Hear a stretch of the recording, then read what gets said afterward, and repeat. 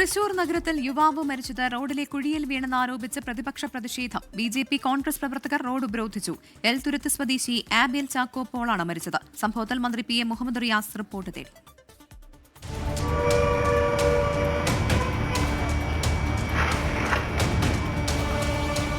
തൃശൂർ അയ്യന്തോളിൽ രാവിലെ 9:15 അപകടം. കുന്നംകുളത്തേക്ക് പോവുകയായിരുന്ന സ്വകാര്യ ബസ്സിനെ മറികടക്കാൻ ശ്രമിക്കുന്നതിനിടെ ബൈക്ക് വെട്ടിച്ചപ്പോഴായിരുന്നു അപകടം. നിയന്ത്രണം വിട്ട ആബേൽ ബസ്സിനടിയിലേക്ക് വീഴുകയായിരുന്നു.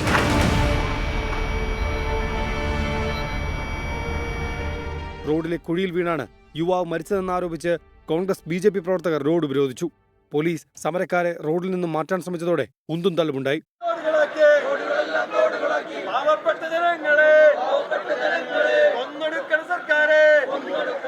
പ്രവർത്തകരെ പോലീസ് ബലം പ്രയോഗിച്ച് അറസ്റ്റ് ചെയ്ത് നീക്കിയാണ് ഗതാഗതം പുനഃസ്ഥാപിച്ചത്.